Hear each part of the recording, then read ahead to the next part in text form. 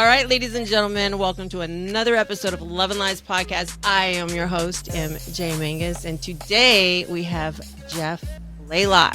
He is a mental health counselor and life coach. Hey, Hello, Jeff. how are you? I'm doing So great. Well, excited to be here and honored. I appreciate the opportunity. Thank you. man, I'm so excited. I am so excited. We are getting ready to jump into, going in deep in the world of Deep narcissists. dive. Yeah. Okay, we were just talking. The term narcissist stems from Greek mythology, Narcissus, and I Mhm. hope that I'm saying that correctly. He was a young man who fell in love with his own reflection and actually it ended up leading to his own demise ultimately. And Mhm. so tell us a little bit today. NPD, people might be familiar Mhm. with what does it stand for and what does it mean? Okay, so NPD is an acronym for Narcissistic Personality Disorder, and it's what we clinically would identify it as a cluster B personality disorder. Okay, Okay. and that word and term, I think it more than ever it gets tossed around like crazy these days. Mm-hmm. I think social media is definitely Mm-hmm. a conduit for that. Of course, like somebody gets mad at somebody, you're a narcissist. Mm-hmm. That seems to just be the tone the tone of the day. Yep. And obviously, the majority of the time, that's not the case. And let me say It's a this: pretty this serious word. really is. it's I mean, and that's it's calling somebody that's pretty, but yeah, you're right. We're throwing it yeah. around like we do People the throw it word around like a dollar organic. bill. Yeah, Right. It's exactly. so flippant, because I think if people really understood what really constitutes itself as somebody who is fully disordered in that regard, yeah, they would probably retract on a lot of, Mm-hmm. the way they use that word. Now, are there people that maybe fall like on a spectrum with it? Yes, absolutely. They show narcissistic traits, things of that nature. So you can Where show traits and that, not be okay. no, yes, absolutely. Yeah. Can you have Like a narcissistic tendency. 100%, Okay, okay. 100%. But it's more than just, let's look at it like this. It would be more than just like somebody's bad habits, obviously, especially the way it presents in behavior. But so it would be something that you would see in somebody in the way of continuity and consistency for sure. Mm-hmm. But at the same time, somebody yet not being fully quote unquote disordered at the same time. Okay, if that makes sense. No, totally. Yeah. The DSM-5, explain to people what that list is, and this is on there. Is it on Mhm. there? Oh yeah, It is. absolutely. Okay, So okay. the DSM is a diagnostics summary manual that all of us clinicians can reference and utilize, right, in the quantifying and diagnosing of said disorders, right? Mm-hmm. Whether it be any type of mental health issue, a personality disorder, a mood disorder, anything of that nature. It's a context and a place of reference for that, okay, which is being updated all the time, and it seems like they're always coming up with new ones every year. But yeah, so somebody who has NPD, somebody who has that cluster B personality disorder, is going to exhibit and present with very specific traits and behavioral patterns, right? That you will always see. Okay. Now there's some different types of it in the way it presents, but within those categories, you will always see the same thing. Okay. Like there's a kind of off-color reference for narcissists, right? And people say like they all seem to read from the same playbook, right? Now, that's kind of a stigma, but in reality, it's actually very poignant, right? That's It's how textbook, right? exactly. It's so predictable in the way they Mm-hmm. behave, absolutely, you know. Um, and obviously, it's somebody, number one, okay, the most the most significant thing I think to really identify with is somebody's lack of empathy. Okay. So when somebody is incapable or void of empathy, right, that speaks to something deeper, right? It speaks to something that is at that point becomes pathological. Okay. Right. Um, Yeah, and even you see psychopathy or psychopathy there, meaning people that have a propensity to be sociopathic. Okay, now does that mean that every narcissist is on the verge of becoming a serial killer? Well, no, definitely not, right? Okay, but you see that consistency in terms of the lack of quote unquote empathy, like I said. So what is, to create a baseline, like what really is empathy? Empathy is my ability to be attuned to another individual and to be able to recognize in real time how my words or my actions or my behavior is impacting that of another individual. Okay.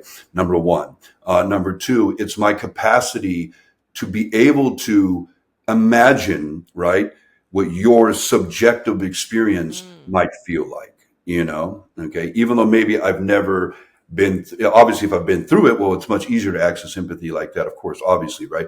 But even to imagine, The like, ability to put yourself in somebody else's shoes for a second and go, you know absolutely, what, I could see how I was an asshole, or I could see how that hurt you, or right? Like to be able 100%. to put, okay.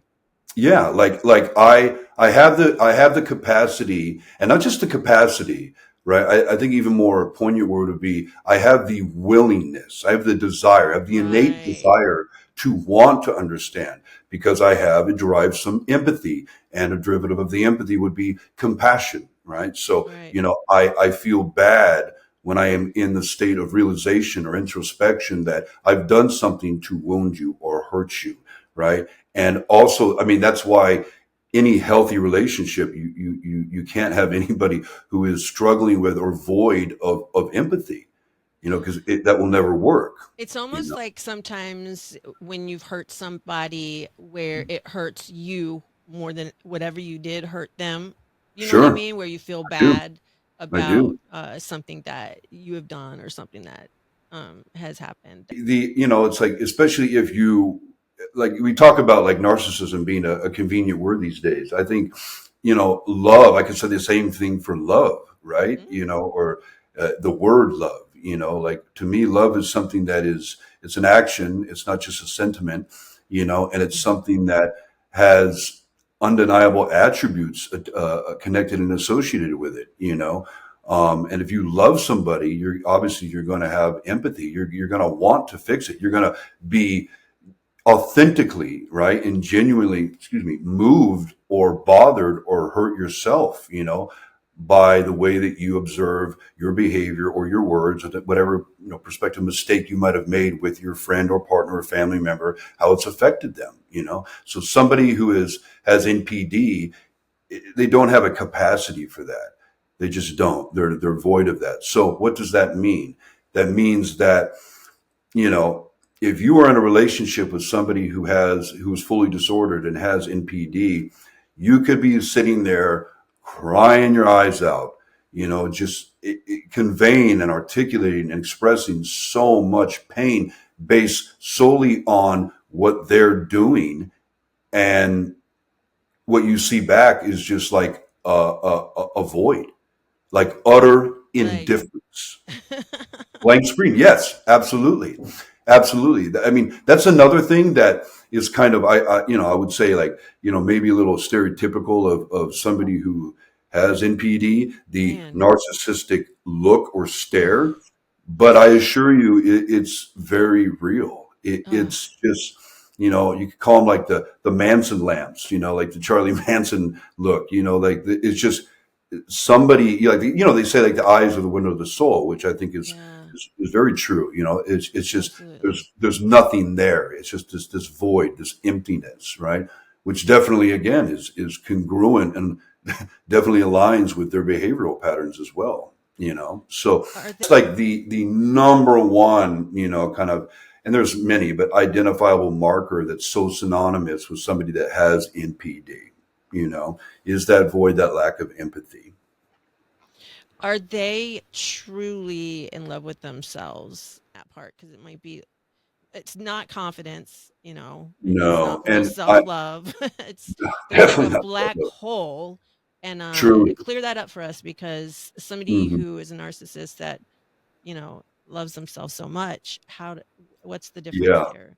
So I'm so grateful and glad that you asked that question, because I think people can become very confused with that, right? Okay. Mm-hmm. So despite what the narcissist presents, okay, in their day to day life, right, to the world, to their partners, quote unquote, they are in reality the complete antithesis or opposite of everything that they put out, right, in terms of who they are or who they want people to validate, right, as who they are. Okay. Believe me when I tell you, somebody who has NPD at their core are some of the most self deprecating, self defeated, right, shame based people on the face of the planet. Truly.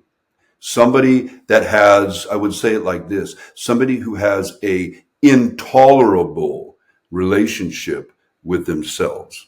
Okay. Meaning that at any moment in time, if they're ever in any position where they have to sit with themselves, be present with themselves Mm. without any of the predictable supply or distractions, they literally decompensate. They literally crumble. They literally fall apart, Mm. right? You want to see somebody in a truly dysregulated state. Look at a narcissist who is in a state where they have zero supply. They don't have anybody Mm. to issue them supply, right? They can't tolerate it. So that's who they are at their core. They're Now, so good though at putting on this mask that mhm, it looks like they live through and through how they present themselves. 100%. I mean, let's be real, like Oscar worthy, Yes, just, absolutely. They're great yeah, actors. no, 100%. Like, I like the term, avatar, like the movie Mm, Avatar. mm-hmm. Okay, like that's their avatar. That's their character, right? That they are portraying to the world. Now, are they absolutely in love with that avatar? Yes, Oh, 100%. that's what it is. Okay. Exactly. Exactly. Oh, they love the you know what out of that Mm. avatar. Yeah. Oh, absolutely. That avatar is the best thing walking, can never do any wrong.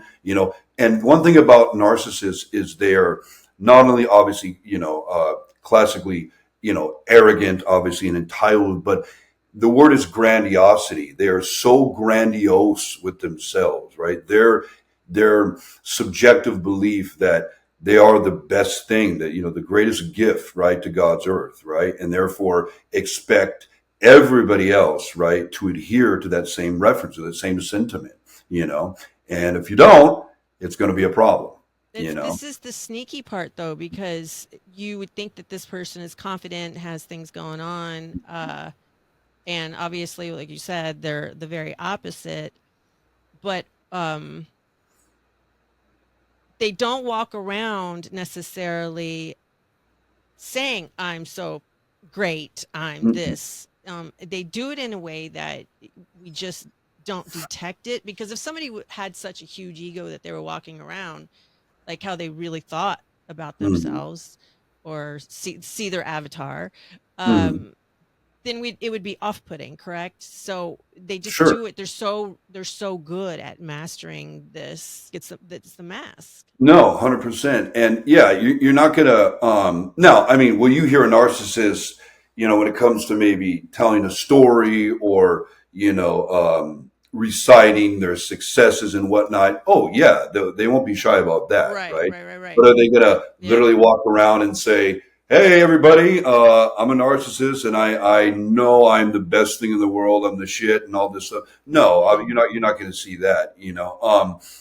But they will definitely try to position themselves either by achievements or manipulation, okay, Yeah.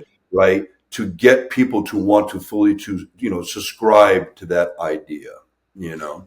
Are there work fields that have a higher percentage of narcissists, and then it's like, somebody accomplishes something, and good, you should be proud, you know uh, so where how can somebody discern the difference between, I don't want to say admire, but Sure. you respect their Admonish, accomplishments, respect. etc. Sure. Exactly. No, totally get it. Yeah. Like, look, if you are so truly and genuinely authentic in your worth and your value and your said confidence, and again, any measure of success that you have had, that's enough for you.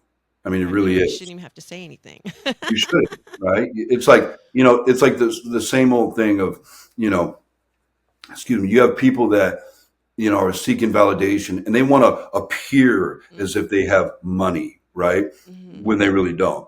Versus the billionaire, right, has zero issue walking out of the house with flip flops, right? And maybe, a jogging suit he bought at Target because he knows he's worth billions. He is so far beyond the point of needing validation or having to prove or articulate the fact of, hey, billionaire, hey, Versace, whatever, Right. they're beyond that. They truly walk in their truth in that regard. Okay. So let's start there. You know, somebody who is truly successful, and yeah, you might see people who are not narcissistic who are successful, and maybe they seem a little bit cocky and whatnot. Okay. Well, yeah, that can exist too. And I've seen that in people, right?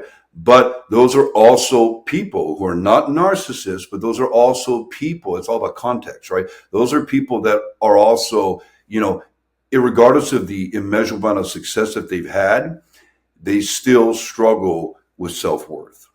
Okay. And that's where you see Ah, people that are like workaholics, right? Okay. yeah. That's a trauma-based behavior. You know what I mean? I've had many clients in my private work, my private practice, where they've had, I've worked with all types of people, professional athletes, entrepreneurs, very, high value, quote unquote, very, very successful, materialistically speaking, people. And yet at the end of the day, nobody knows their Mm-hmm. interpersonal struggles. Now, sometimes that they can overcompensate, which shows a little bit as arrogance or being cocky. But see, that's the thing, right? That's a Yeah. default. Somebody who is cocky in themselves is not really confident for the same reason because, Right. they're trying to prove something. That's like, we always say the lion's the king of the jungle, right? Mm-hmm. Okay. And he knows it. He knows it, Yep. right? It's like, you know what? You want to mess around and find out, bro. Like, come on, I'm the lion, right? Mm-hmm. He doesn't need to walk around and be like, hey, hyena, zebra, like lion, lion. I don't know if you know this, but I'm the lion here. Okay. People that are, innately and authentically confident and successful, they don't need to do that. And going further, people that are really truly successful, let's say even beyond monetarily, just mind, body, spirit, they want to help people. Mm. They want to breathe life into people. They want to build people up. Why? They're never threatened by the marker measure of another person's success. Like, I don't need to blow up your apartment building, bro, to build my skyscraper, as an Right. analogy. I don't need to do that. So success leaves clues, and I'm okay. I'd like to share them with you. So you see that stark difference. Where again, as a narcissist, no, they're driven by that. It's compulsive. They have to, right? They have to always stay 10 steps ahead, right, of that core reality, right, that they're trying to avoid via the avatar. Why the 10 steps ahead? Because everything is plotted out, everything is a lie, everything has some motive to it. Because Yeah. that's when you think of Hmm. 10 steps ahead, like Hmm. that's got to be exhausting. That kind Right? of energy. Like anybody that's chronically needing to overcompensate, right? It's going to absorb. It's going to require, excuse me, a lot of energy, right? So yeah, they're that's why a lot of reason I think they're on the inside they're very irritable and Mm-hmm. discontented, right, all the Mm-hmm. time. Yeah. Amongst a lot of other reasons, but yeah, of course, it's going to be a horrible drain of one's energy. Now, also when I say 10 steps ahead, I'm also referencing like I gotta stay moving, right? I can't slow Oh, down so they're enough, not right? still with themselves. Yes, exactly. That's what I was referencing earlier when I said, like, if a narcissist is ever between supply, right? Meaning supply is what we call what they get from other human beings, the energy they get from other people, and the way of they interact in relationships. If a narcissist is ever, and believe me, again, like 10 steps ahead, they're always so calculated to make sure that never Never happens. happens. However, right, every Right. once in a while, it does. Right. And that's when you see them really, that's when you really see the avatar just crumble. That's when you see that narcissistic mask just fade right off. And you see somebody in a lot of distress for that reason. So that's also what I mean by that. So they need constant validation, attention, and Hmm. admiration. I think these are clues Constant, also. Instead of just constant. somebody that maybe has accomplished something, that Hmm. constantly needing the validation for it, or reminding people of how good they are. But, when you get to the belittling Hmm. stage in this dynamic of a Yeah. relationship, then that's where that kind of comes into play, where um, the reminding of how great they are. Yeah. It's the reiteration of the Mhm. character, right? It's like, I Mhm. can't let you forget for 2 seconds, right? How great I Mhm. am, right? Mhm. And that's also a form Is it to of, remind them for how great they are? Are they telling right? themselves that It's when they're well, doing? it's both actually. That's a great question. It's a to affirm that within themselves, right? Okay, but it's the constant, span of manipulation to keep inaugurating that sentiment Mhm. with the person they're with. You call it, brainwashing. Like remember, remember, remember. That's why they always will make such a point of, hey, don't forget I've done this and this and this, right? I did this and this and this, right? It's to create like a Mhm. sense of making somebody indentured to them, like, Mhm. oh, okay, yeah, you have done all that for me and stuff like that. Now again, context, don't get me wrong, somebody in a relationship saying, hey, I don't feel like our love is being reciprocated, and I have done all this and this and this, and I show up for you in this way. Right. That's not narcissistic. That's not that same energy, right? Mm-mm. That's somebody communicating, saying, hey, there's a lack of reciprocity in this relationship, and I'm essentially, I'm calling you out on that, right? I do all this for you, you don't show up in the same way for me. There's a lack of that congruency. That's not the same thing, not the same context, right? Okay. The Right. narcissist is about power. It's about control. It's about submitting somebody, right? Making Mhm. somebody feel like they are just so lucky, right, to even be in the presence of the narcissist, let alone be in an intimate relationship with them. Does that make sense? The context is different. Right. No, absolutely. Yeah. Um, so clear this up, because I Hmm. was started thinking about this when I knew that we were going to Sure. be interviewing.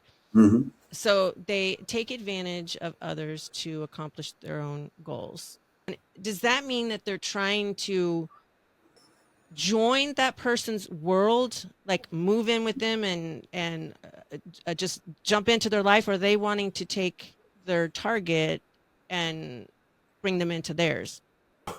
Really glad that you asked that question. So, and this is one of the maneuvers of somebody who has NPD that really, from the get go is very obviously deceptive, but Mhm. confusing, right? Mhm. To somebody when they first meet the narcissist, right? Okay. And we'll get more into that in a minute, but the, what you call like the love bombing stage, Mhm. right? Okay. Mhm. Now let's role play this out for a minute. Okay. Okay. Let's say that we, I don't know, we see each other on Facebook, Instagram, something, right? We start messaging back and forth, right? You're attracted, okay, la, la, there's some interaction. Hey, let's go meet up for coffee, or like, can I take you to dinner, something to that extent. Okay, so we go and do that. Okay, and one thing, excuse me, that you'll notice right away when we go out to dinner. Let's assume that I'm the narcissist for a minute. I'm going to be absolutely all about you. I don't want to talk about me. I'm not, like that's the irony, right? Like, Mhm. and Mhm. I'm not saying there's not ever any outlier scenarios, but the all about me thing, like that will come more later, right? More like when I start to get you, right? When I get you hooked, right? This Right. first interaction, it's all about you. It's all about you. So no, I'm not trying to bring you right into my world. And I certainly don't give two shits about your world whatsoever. You are an object, right, that I am set upon, okay, to hook and use. So what am I saying? The narcissist will literally sit there and ask a million questions about you, your passions, your past, your traumas, your family, all this stuff. And you're sitting there thinking, wow, I've finally met somebody that, is not so selfish. Like, here we are at this He's not great a dinner. narcissist. Right, quote unquote, and they're so viably interested in me. Wow, holy shit, this is really nice, right? Wow, like they're so, and of course, and then they'll mirror that, like, oh wow, like you're telling me about yourself. Oh my God, like you got a podcast? That's incredible. That's incredible. You're amazing. Tell me all about it, right? I'm already so passionate and enthralled, right? Well, you meeting somebody and being impressed with something they tell you, sure, but it's not going to be that grandiose, it's not going to be, I'm not going to be like, whoa, my first meeting, it's displaced. It's inappropriate. It's disproportionate. And again, like once you start to understand how this disorder shows up and you understand how these people operate, you'll be able to spot it a mile away, right? So I'm going to ask and evoke all these questions and get all these answers from you. And then here's what I'm going to do as a narcissist, okay? I'm going to mirror you back to you. Now you're mirroring me. I'm mirroring you back to you. So basically, you think, wow, like this person has all these things in common with me. We share all these core belief systems. We share all these passions, right? They're so interested in me. Well, no, what they're doing, they're grooming you essentially to fall in love with yourself. That's what's happening in that moment. Okay. It's not even about them, that's the mirroring back to you once they've already gathered some of that information from you. So what you just said to me Mm-hmm. was that they know that when they take you to dinner, Mm-hmm. coffee, that Yeah. they are going to be about everything that comes out of your mouth. Mm-hmm. And they know in that moment that they are making you fall in love with you. Like Essentially, they are yeah. aware of what they are doing. I'm going to do this, and this is their intentions. This is the They're beginning. completely aware of it, calculated, premeditated, done it a million times in the past, and here they are doing it again with you, right? Absolutely. That's why you don't, Whoa. From you the don't very beginning. day one, day one, day one. Because it's Look who at they always have been. It's who they are. There's not it, there's it, no gray area. none. No, that's what I mean. Where I Wow. said it becomes pathological. Like there's no degree of separation. There's no varying from that. Like, and I'll tell you this personally. Like I've been through this personally many years ago. I'm somebody, and I'm very transparent. I'm somebody that had a lot of childhood traumas and things that I had to work through, and so before I had healed all those things, obviously, and way before I even got into doing what I do now and all this stuff. Okay, right? So and even then it can happen to you. That's the crazy thing, right? Mm-hmm. But I found myself in a relationship with what you call a covert female narcissist. Okay, let's talk about that. Okay. And so the covert female narcissist, and generally female narcissists, majority of the time they are covert, meaning what is covert? It means sneaky, manipulative, calculating, right? Whereas the other form is more what we call malignant narcissist, which means way more aggressive, abrasive. They're not really trying to hide too much. They're the fact that they're narcissist in that regard, outside of wearing a sign saying I am, of course, obviously. But, the covert is more calculating, right? Sneaky in it, right? Not just so up in your face with it. Okay. So, and the very same thing happened to me. And I can recall like it was yesterday, we met for lunch. And the entire conversation, she's asking me all these questions about me and reflecting back again, all just, wow, that's so amazing. You're incredible. All these things, right? Day one. day one out the gate, and again, that's definitely not my unique experience with them, but so I can even recall that personally experiencing that, and that's how they start the grooming process. What's fucked up about that A lot of things. Yeah. is that Yeah. they're looking at you while you feel like they're really interested in something Hmm. that you are doing, Hmm. and they're probably laughing in their head. Oh, I She's would falling for it. It's almost guarantee working. it. Hmm. Oh yeah, That's absolutely. fucked up. That's what I mean when I say, like, psychopathy, like, sociopathic. Yeah, somebody who's Yes. that calculated, right? And setting up to use, abuse, and manipulate somebody, which is why I always tell people, like, nothing wrong with praying for somebody, but you don't ever feel sorry for a narcissist. They know what they're doing. And anybody that tries to say otherwise is not getting the picture. They're just not. I've even heard, Mm. geez, like some people clinically even say, other clinicians would be like, oh, there's a degree that you can work with a narcissist. That is nonsense, ridiculous, you know? My heart, I'm just the type of Hmm. person that Hmm. I go, the bully is bullied, right? Hmm. So, Yeah, I feel it hurts. It hurts to think that somebody had gone through so much trauma that sure. this is what they had to separate themselves from their own self in order to survive.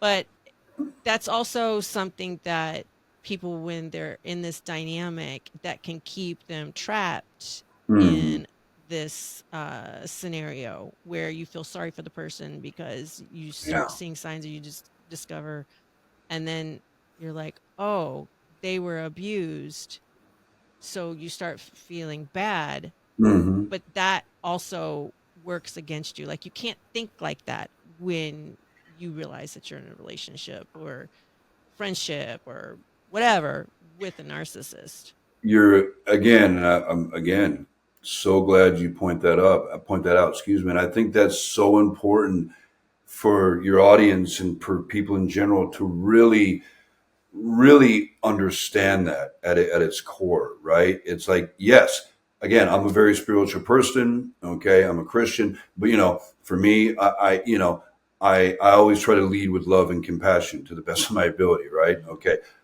However, okay, I can feel there's a degree of separation between, like, the onset of behavior, like what comes with the narcissist, that no, you're not getting an ounce of sympathy from me for that at all. However, okay, if I compartmentalize what they went through as a child, I Mhm. can have compassion and sympathy for that experience, Mhm. not for what they did with it. Because they Okay. know that they're a narcissist 100%. and they Look, can get help, even though it's a long, long, long, long road. They can. When you know you're a narcissist, you can help yourself. we'll see. Well, Okay. right. Here's where, where, Oof. like, Okay. I might have some people or colleagues, or might have a little debate on this. Let's I am debate. of the belief. Well, me, like, I'm of the belief that that's not possible. I think that the only thing therapy really does to them is teach them how to fake empathy, right, even better and even Wow. more. Okay. I don't believe So it. they can't learn empathy. They learn the tools to fake it so that Exactly. they are socially acceptable, or doing what the other people are doing. They're mimicking. It's more Mimicking mimicking. again, but again, even that, like, the more that I can, um Mm, mimic or portray empathy, it's still the same means to an end. The more I can do, the more successful I am at that, the more that I can entrap people, right, in my narcissistic web. It's all for the same means to an end. That is mastery. survival, for the narcissist. It's mastery. They're 100%. they're getting more informations. More Absolutely. information. They're studying patterns. Yeah, like where it's like, I'm inept at that. I don't have that as a narcissist. So if I can learn to mimic that, right? I don't really get it, but I can observe what it's supposed to look like, and then Right. I can, you know, what I mean, I can portray that. You know, like you said, like an actor. Like I gotta study for this role. You know, so I'm gonna go talk to people that have been through it. I'm gonna, you know, maybe talk to the actual person if it's like I don't know if it's based on a true events. You know, maybe go talk to the actual person and look at their you know, listen to their vernacular, the way they reference, speak to things, the way they emote, all these things, you know, yeah, to be the best person for that role. They could go even search your social media because you know they have. If you're on a date with one, they've already gone through your social media and know everything about you to even 1,000%, say, I like Indian food. Do you like 100%. Indian food? But they could go through a post. Maybe you posted something that you were expressing your emotions on a certain topic. They would take whatever you said and use that back to Sure. you so that when this topic is brought up, that again they're mimicking, they know how you feel, how Hmm. deeply it hurts you, or how your point of view on something, and use that against you as well. Absolutely. So Commonality too, yeah. you know? Oh, like, you know, and just, and then introduce it just, you know, Yeah. seemingly organically. Like, Mhm. obviously, you're not going to allude to the fact that I've been stalking your Instagram and I know how Mhm. you feel about this topic. It's just like, you know, we're eating dinner and yeah, by the way, Yeah. the other day I was thinking about this or this or this, and you're like, oh my God, I feel the same way. Well, oh, really? Crazy coincidence. Right. But how about that? And that's where Mhm. the whole soulmate thing comes in, right? Now Sure. they're like, we're Sure. soulmates, Hmm. we're twin flames, or whatever it is that they use. Sure. Yeah. So I, you have but that feeling. completely. But again, and that's also again begins day one with the, Mm, you mm, know, mm. the grooming of the mirroring, like I said, the studying, trying to gather all as much information from you as Mm. possible, you know, and then again the love bombing, the over the top, grandiose, excuse me, you know, like expression of affection and limerence and even lust and sexuality and compliments. Yes, you meet somebody new, you really like them, right? You're going to compliment, you're going to express the vibe, the energy, things are flowing, right? But that's very different from what love bombing looks like. Nobody out the gate, right, is going to be doing that naturally. So again, red flags. I meet somebody day one, and the whole date they're just tell me about you. Red flag.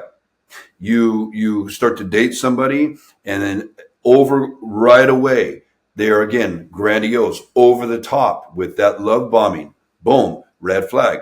Healthy people don't do that, not to that extent. Okay, you know. What about social media? And for people that I know, that's why this question is not even written down. But now that we're talking, what Mhm. about social media when they aren't in front of you to have these conversations, and the communication on social media and DMs is a little bit different than in person, a little Sure, bit. sure. What would you tell the listeners to look for to know that who they're talking to might be? Because all you do are you have words. That's all you really Mhm. have, and No, sure, energy, I guess, and sure, direct messaging. absolutely. But Hmm. what would you say to the listeners to listen for so that they know if they might be listening or messaging, meeting a Via narcissist? social media. Yeah. Why I want to ask this question in particular is Hmm. because people themselves, not we're not talking about narcissists, Hmm. are more expressive, I believe, in DMs behind their phones, Hmm. and they feel a little bit more comfortable, a little bit more Sure. confident. So Hmm. they behave a little bit differently. That's why when people meet in person, it's a little awkward because now you got to get to know the in person versions of you. Absolutely. Yeah. But if you're not a narcissist and you're expressing yourself a little bit more openly than you normally would, and you are talking to a narcissist, Hmm. what would be some telltale signs that this person is a narcissist? Because it's just in this little gray area Sure. that. Okay. So again, you know, you have you have scenarios like that in social media where like people get a lot more uninhibited, right? They get very Mm-hmm. brave, right? Even to do vulgar things because they're not right in front of somebody, right? They get Mm-hmm. real bold, we know this. Okay. So, there's that. But see, if somebody's narcissistic and they're trying to do that via social media, number one, it's going to be, I'm not saying it's impossible, certainly not. They'll still try it, but their preference is to be in front of you physically, right? Right. Okay. That's Control always you, like the goal. But let's say, manipulation. what's that? I'm sorry. To control you and manipulate you Yeah, to interject to be able to pull your hair behind your just stuff like that, engagement like all that. that, But all yeah. that. Yeah. I mean, don't get me wrong. Can a narcissist still get a means of supply Mm-hmm. from a online relationship? Yes, certainly, right? But not in the same way, not in the same way they need or prefer, right?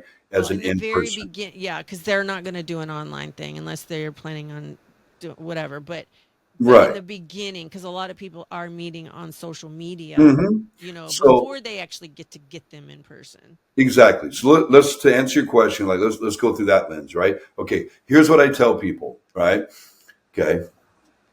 And again, as I say this, it doesn't mean everybody that does this is a narcissist. So everybody listening, Right. disclaimer, right? So people Mm-hmm. firing off like, I'm not a narcissist. What is he talking about? Okay. All right. If the number one thing like that I tell people that I always look at too, right? Okay. If you go to somebody's Instagram page, right? Let's say Instagram hypothetically, and literally every photo is of them, for me, that's a red flag. Let's say, like, I'm a model or you're a model, right? Okay. Generally, the page will be instituted as this is my modeling page. Okay. So, therefore, that's appropriate, right? But I'm talking about on somebody's personal page, Right. right? Okay. If there's zero integration, there's not even not even a photo of your dog, like nothing, Right. right? It's just me, me, me, me, me, me, me. To me, that's a huge red flag. And definitely, right, I tell people, right, like pay attention to that. Now, again, that doesn't mean automatically, absolutely, that, all they got is a bunch of selfies, so that constitutes that they're narcissists. No, I again, was I'm gonna not say saying everybody just dropped their phone. I know, right? I know. That's what I mean.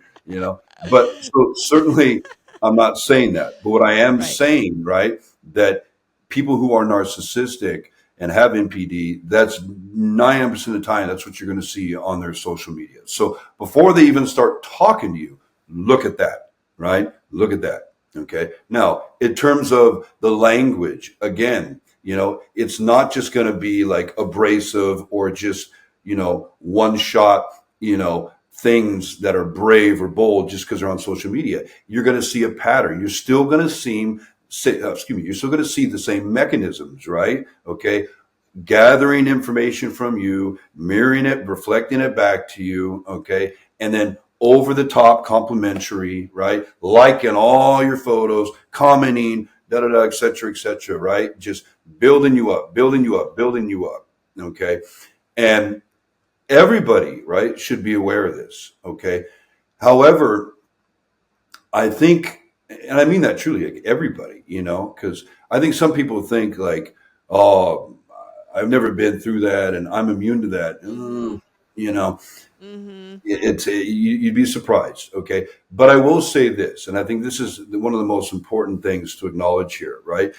There generally is a yin yang kind of relationship, right, with who the narcissist really prefers to get supply from. Okay. Their preferred target is somebody who definitely has childhood trauma, somebody who's the complete opposite of them, meaning they're more sensitive, more compassionate, very empathetic. So they're empaths, right?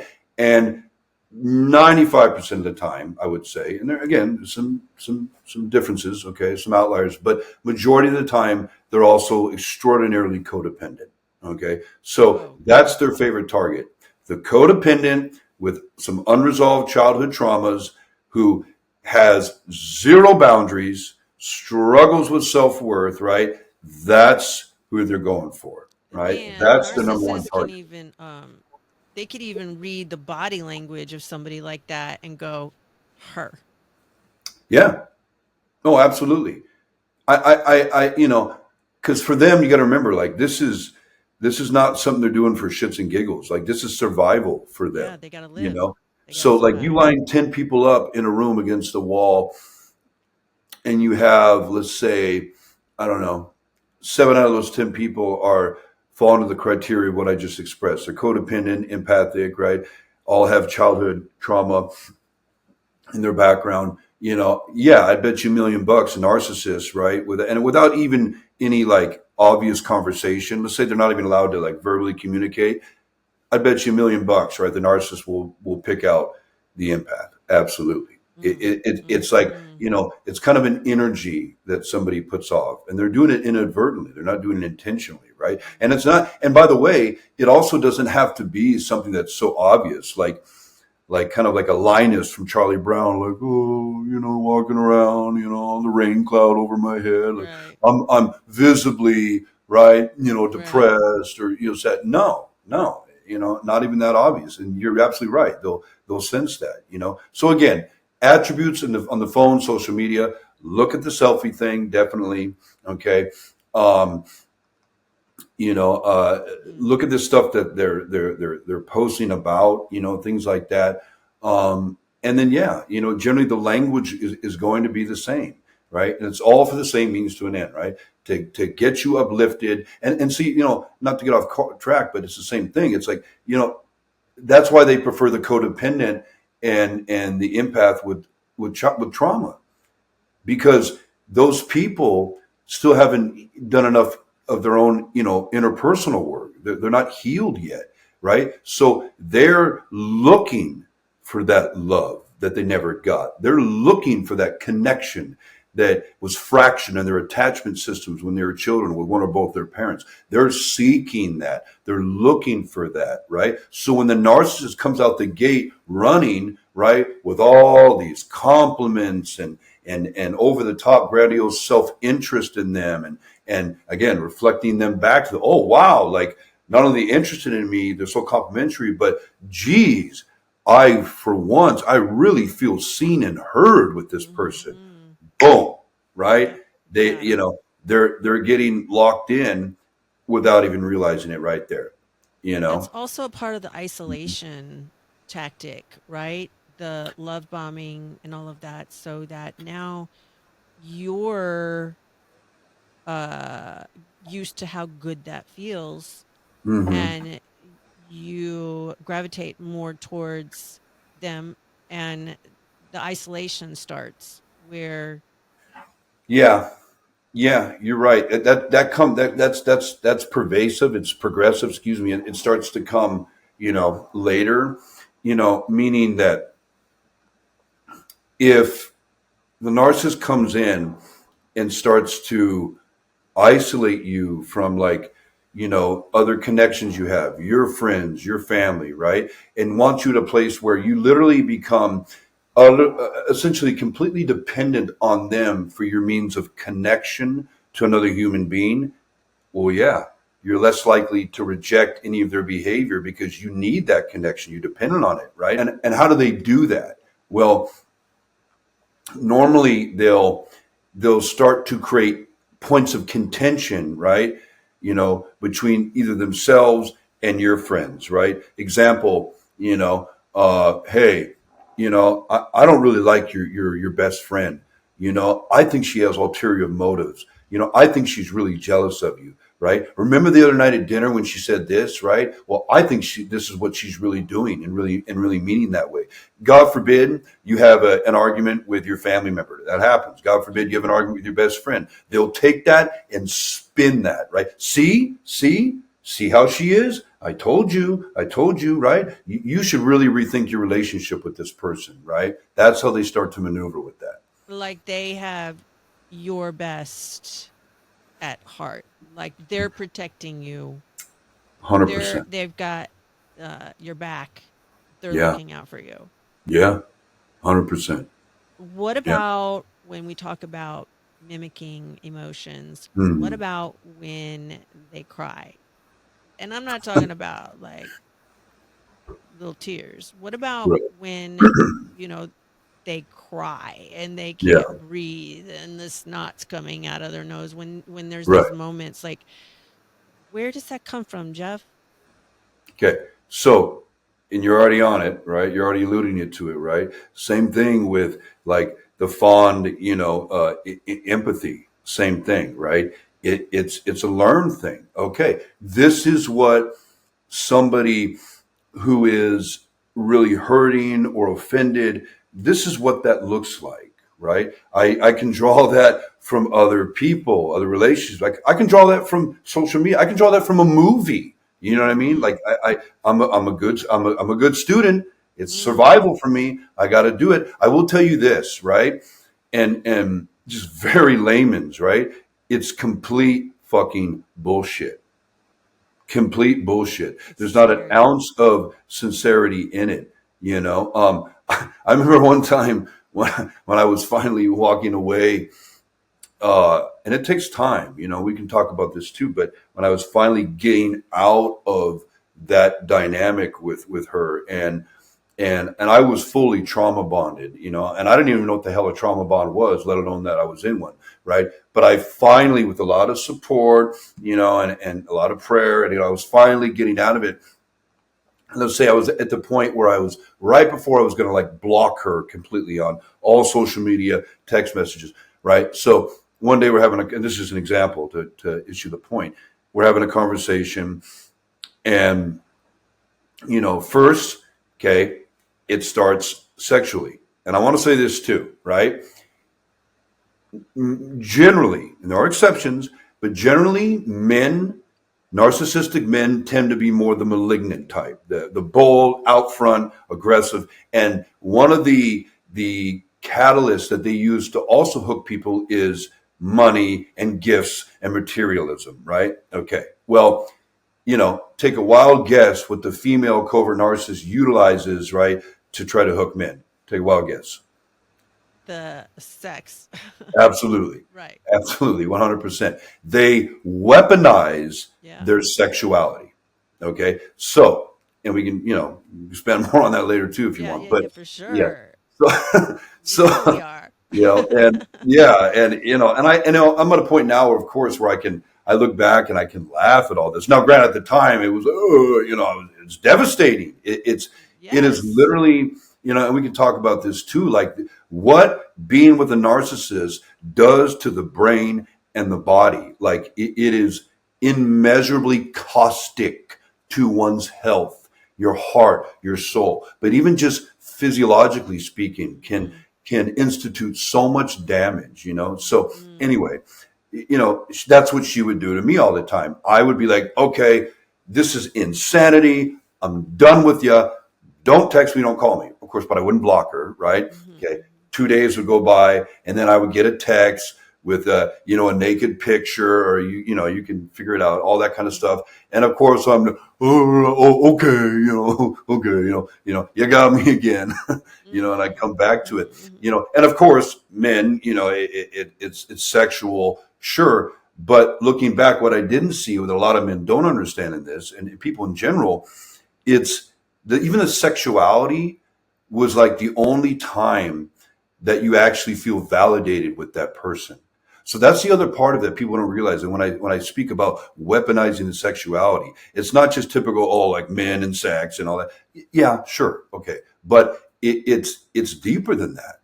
Like when I'm having sex with her, that's the only time where I feel validated. I feel significant, right? Mhm. So another reason, the more psychological warfare, why she would do that. Hook me, whatever. Okay. So, in this example, I'm conveying, she gets me on FaceTime and right away goes into the sexuality.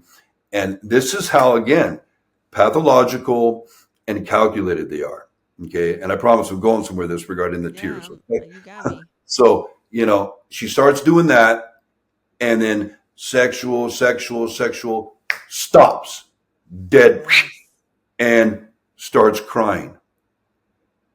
And we call them what? Crocodile tears, right? Mhm. Mhm. Okay. All bullshit, not real. Okay.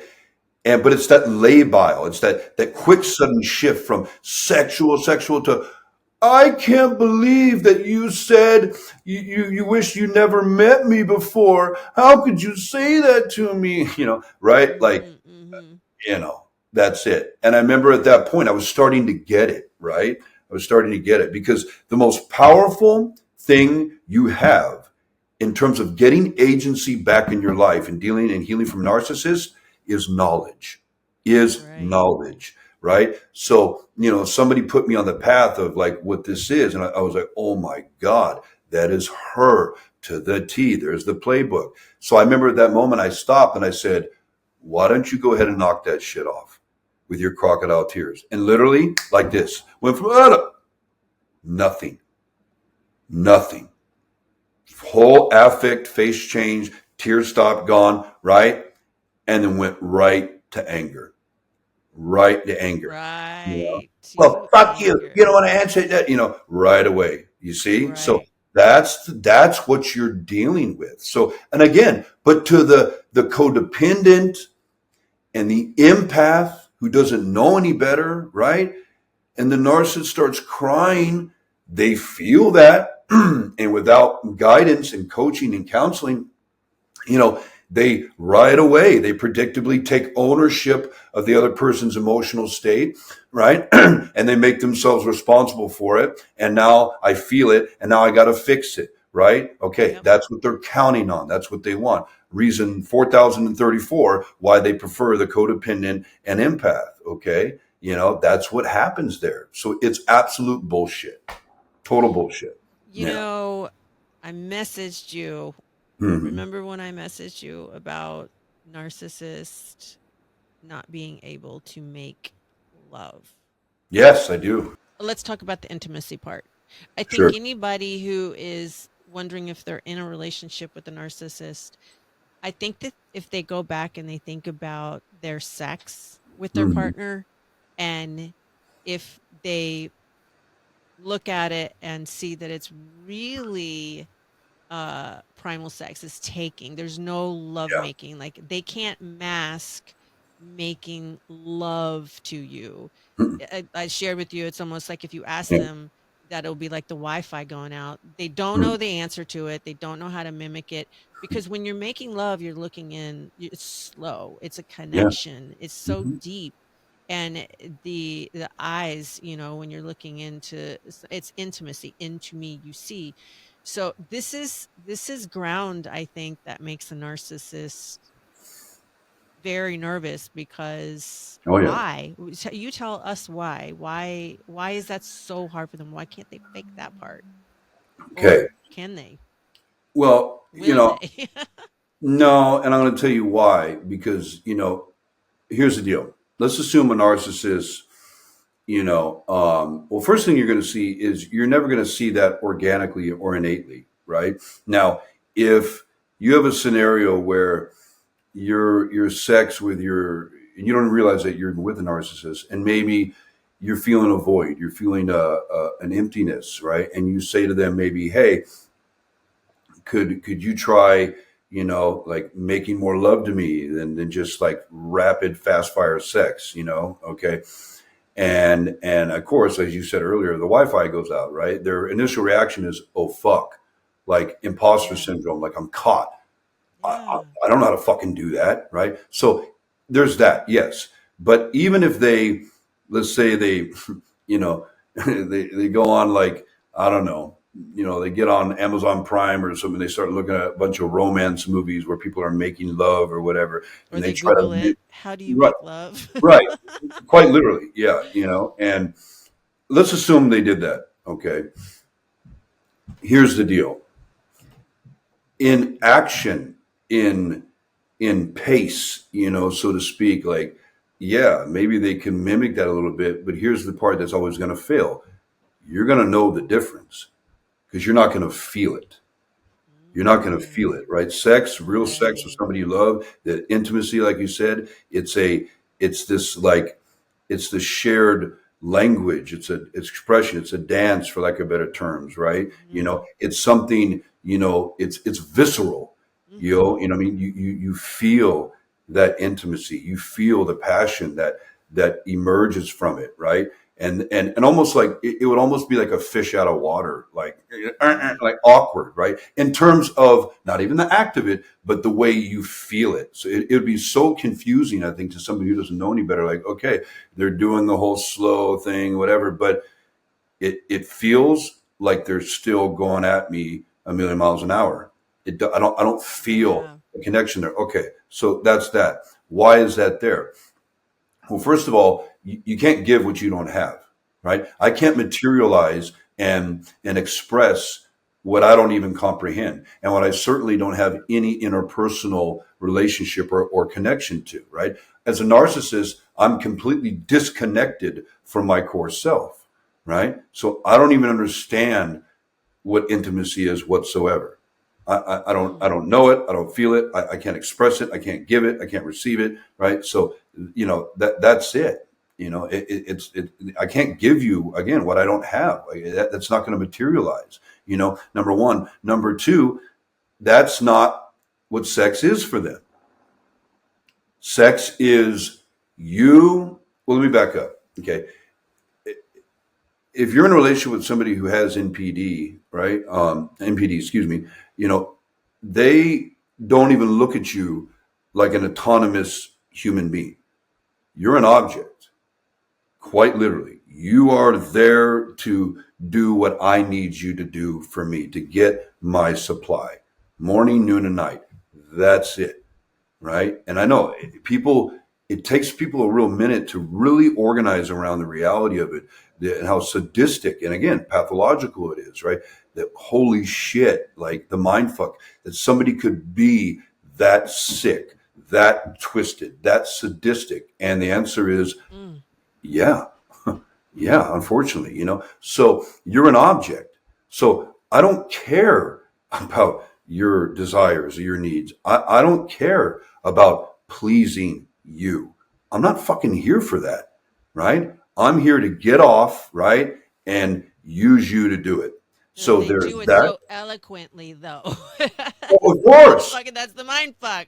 Right. Yeah. And again, and a lot of times I get it, that it seems very, passionate, and all these things that, yeah, and a lot of dopamine is firing off on top of it. And of course, right. What else comes with sex? Well, it comes reinforced with a lot of oxytocin. So I'm not really, and that's also the mind fuck. The presentation of oxytocin via the sex without the intimacy, and that starts to create this weird feeling, this void, this emptiness that I feel, but I can't really articulate, and I don't understand. You know what I mean? That's the confusion of it. Because the brain does what it does when it engages in sex, Right. but the intimacy is not something that's primal. It's more of the mind, the heart, the soul, right? So it's different, and that's why when you look back, right? And I'm not going to say there's not any exception, right? Hmm. But I think and this is a great forum and your platform, even, which is cool to even be talking about it, which I appreciate. It's really Hmm. cool. But Me too. yeah, like if you look back at your sexuality, if you're with a narcissist, it's like they're not givers. You know what I mean? Like, and you look at things like that you would, look at traditionally more as like giving, pleasing, like even like oral sex, things like that, right? Always wanting it, always taking it, but that's not something they're going to give because, granted, there's exceptions, you know what I mean? I'm not saying that you can't, in a healthy way, that you can't give that pleasure to somebody for them, but also really fucking love doing it, right? Because Right. I get that, okay. Hmm. Uh, but Totally. um, but yeah, that's not present there. That's not with that. They don't experience it like that. Like Well, there's nothing in that for me as a narcissist, So you're not going to see that. And a lot of times you'll have scenarios where you're even wanting to ask for it, Now in a normal situation, healthy, if you ask somebody like, hey, right. could we have more oral sex? Like you do this more, right? Generally, the response right away is, oh yeah, baby, yeah, of course. Like man, I didn't realize, like, of course, and then they'll make changes, right? They'll Mhm. put in the effort, again, Mhm. personified action, right? Okay, because they want to please you. That's not in existence with the narcissist. Okay, so you're going to see a lot of that. You're going to see a lot of like dominating sex. Like if a male narcissist, sex is a lot of dominating positions. You know, Right. and you can imagine, Mhm. hair, hands behind your back, like just certain positions, Mhm. obviously, right? Mhm. Now, even with the female narcissist, right?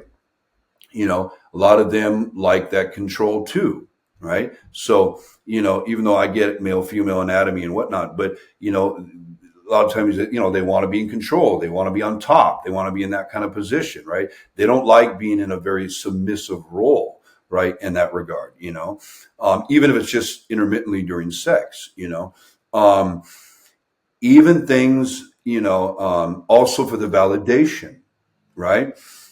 Like, if a narcissist can make you orgasm, that's also another means of validation. Now, of course, right? Healthy partners who aren't narcissistic, right? Yeah, it feels good to be able to please your partner. Of course, you feel, healthy validation with that, but ultimately, even that, it's still about them. It's about them, Right. I'm glad, I love you. I'm glad I was able to do that. It makes me feel good, right? That I could do that for you. That excites me, I desire that. I'm driven to do that. Narcissists, not so much, even some aspects of sex, even, making somebody, like I said, orgasm, even that is like, okay, yeah, that I did that. I I did that. got you to do Right. that. It's even that, it's all wrapped up in a bow. So I yeah. think that they can take an act of sex and use it against you if there's something that they know that you like in particular, or maybe that they're good at, whatever, because Hmm. that will also keep you it's confusing. You think that it's love, you think that they're giving, they're really taking. If Hmm. they're making you orgasm, then in their mind they're just keeping you addicted to them, or Yeah. it's what they're able to do to you. Hmm. Again, validation for them, Hmm. controlling you. Yeah. You think that it's intimacy, but it's really them taking, and it is a mind fuck because you Hmm. do your body all these chemicals and juices and all of those things happen Yeah. in the same act of Hmm. them taking from you, using all of it for their validation Hmm. and for their control and for their pleasure. It's their the intimacy. Anybody listening who is in a narcissistic relationship, I think this is the place in your relationship that you can really hone in on, because like Jeff's saying, there's going to be a disconnect. Something isn't connecting, and Hmm. you'll know exactly, you already know exactly what we're talking about. Something Yeah. is missing. It's your it's almost like your soul's without something. Like Hmm. something's not connecting. It's a great And way to say it. again, Yeah. those that are in a narcissistic relationship and you look at, you know exactly what we're talking about right now. So Yeah. you may think that they're that you're having great sex, and you may think that this is intimacy, but it's really control, and It's it's really fucked submission. up. Submersion is control. Absolutely. Again, you're an object. It's all about them. There's not any healthy reciprocity. Healthy give and take. That's completely void and absent there. Like you mentioned, and I kind of said earlier too, about the the chemicals involved, right? When when you're having sex, right? Largely dopamine.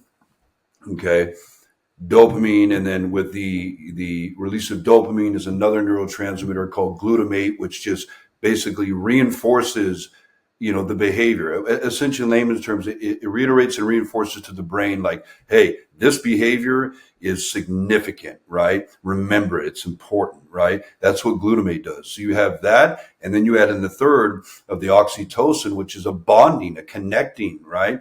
neurotransmitter in that regard. So again, whereas that's the mind fuckery. I'm feeling this oxytocin, but my soul feels barren and used and empty. Like, Yes. okay, what the fuck's going on here? Um, Yes. so That's what we're there's talking that, about. and this is also Hmm. how like trauma bonds, like I was referencing earlier, this is also how they start. I think a lot of people, they hear that term, and they think trauma bond. Okay, trauma bond. Okay, like I got trauma, you got trauma, so therefore we're Hmm. bonded in a trauma bond. No, Clear it up. that's not it. Okay, a trauma bond is literally an addiction, right, to the chemical expression connected and associated to the experience you have, right, with another person. Okay. So, even more specific, let's talk about that chemical expression, right? Neurotransmitters and even emotions, because emotions are essentially chemicals in Mm. themselves. Okay. So, let's talk about that with a narcissist. It all starts with this love bombing. I'm codependent. I'm empathic. I'm getting what I've always wanted, what I've never got, right? And I haven't done enough work on myself, so I don't realize that no, that can't come from another person. That's got to come from Right. God and myself. I got to now give that to myself, but I'm not there yet. I don't understand that yet. Right. So I'm continually seeking that outside of me, which is always leaving me vulnerable to being exploited, like people who are narcissistic, or even other people who are more borderline, histrionic, other personality disorders. Save that for another day. But you're leaving yourself more vulnerable to that. Okay. So it starts off all good. All these neurotransmitters are firing off: oxytocin, dopamine, right? Emotionally, I feel validated. What's going on? And then the narcissist starts to show up as a narcissist. Okay. The narcissistic tendencies and traits and behaviors, they start to show up. Okay. And wait a minute. Now I just went from lots of dopamine and lots of Mm. oxytocin, okay, to lots of cortisol. And cortisol is a very potent stress hormone.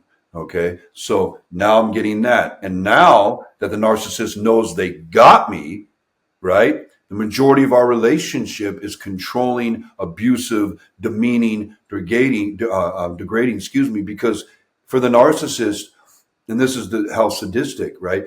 The worse they can treat you, the better they feel. The more they know they can impact you and control you, that's the supply they're looking for. They can make you cry. Look how much control I have in this person, how much power I got. Yes, that's what I want, right? I can get this person to do things sexually, right, that they've already told me they don't want to do. Yes, I got them to do that. I'm powerful. I'm validated. You're validating, right, my avatar. Okay, right? So, It's a high for them. quite literally, and so Yes. once they encapsulate somebody in that, they got them hooked, right? So let's look at it from a chemical place, right? Cortisol, day in, day out, cortisol. And then here's what they do, and talk about mastery. Narcissist Playbook 101. Out of the blue, you wake up one day with them Oh and yeah. they're nice as shit. They're pleasant, they're nice, they're this, they're complimentary, they're validating. All of that abuse just went, it stopped, and they do a complete 180 on you, right? And now you're having sex and you feel validated, so there's that. So what happened? We just went from cortisol to a huge spike of oxytocin and dopamine again. And that'll last for maybe a day or two, and then it's back to the abuse. Now we're back to the cortisol. So it's this osculating, right, back and forth from cortisol to dopamine, right? And the individual, unbeknownst to them, has no idea that they are now addicted to being addicted. And here's where this information is so powerful, right, for somebody who, God forbid, might be in this situation. What I just conveyed, that chemical addiction, that is the trauma bond. That's what a trauma bond is. Okay. So, here's the most like noxious part of it, right? I think it's just really about this person, this narcissist that I'm with. Mm. I think it's all about how much I love them. Love them. And the brain gets wired, and the nervous system gets wired around these experiences, and it's almost like Stockholm syndrome, right? And it creates also secondary what we call cognitive dissonance, meaning like mentally, even at some point, I might start to be aware that looking at my relationship, like, okay, this is so toxic, this is fucked. I hate this, but I'm not leaving. And when I even think about leaving, right? Okay, because my brain's now wired around this. And if I got a lot of unresolved trauma, here's the other part. So much of this behavior coming at the hands of narcissists, it's familiar. And until we heal those core childhood wounds, those traumas, we're unconsciously, right, going to be still drawn and attracted to the known, the predictability of the familiar. That's why we don't see the red flags, because they feel like home, right? So there's that, all that's going on in the background too, allowing me to be even more enmeshed and stuck with the narcissist. And in spite of what I observe as being messed up, I don't leave. Okay. Wherein lies the problem? I think also the ego has a big part in why somebody stays. Because at this point, you are absolutely living a lie Mm-hmm. and you are protecting your home from everybody looking in. You're Yeah. you're living in such a way that you are in absolute disbelief. Again, no strength to leave, Mm-hmm. even though you know it's Yeah. toxic. It's so damaging that you can't let family and close friends even near. That's again the isolation part. Mm-hmm. But I think a lot of people deal with their ego too, in the way that I can't believe this is happening to me, or Sure. that I'm in this type of relationship. You are trying to protect your home from people being able to see in. True. And I that's very relevant. And I think, that can happen while they're, in the relationship. But I think also where, so many people struggle with that is not only during, but especially after, Mm, right? Like when you start to actually kind of figure it out and you start to get out of it and you're like, oh my God, like how could I have allowed myself to go through that? How could I have been degraded like that? How, did I go back? I knew they were cheating. I knew it, but I justified it. I explained it away. Again, I'm trauma bonded. I don't even know. Again, the mind fuck, right? This, again, the cognitive dissonance. And it literally, it really, essentially what it does is it causes someone to lose themselves. you yes. know you really get lost in it. And when I say lost, not just lost in the dynamic, like the loss of your core self. You get so disconnected, right, from that authentic worth and value, right, that like God has given all of us. You just get disconnected from that. you know um and it just becomes a program. It becomes familiar. you know um Outside of that, I don't think a lot of people realize just how, I said earlier, how detrimental, how caustic the abuse is on somebody. Now, and I'm not even talking about, you know, instances where there is that, It's literal physical brain abuse. damage, right? Like you get Literally. brain damage Yeah. literally Like I from said, these it, relationships. absolutely. Look at the reality is as human beings, we are very formidable. We're very resilient, but we are not innately designed to endure chronic stress. Well, We're you we're said not. Stockholm. Stockholm syndrome, yeah. Yeah. Do you want hmm to share with the listeners what that is? Because I think that that pretty much will paint a very clear picture for them of Yeah, what they're in. yeah. Essentially, Stockholm syndrome is where I essentially, as a way to compensate and cope with my captivity or my horrific abuse, I essentially befriend, right, or sometimes even fall in love with my captor.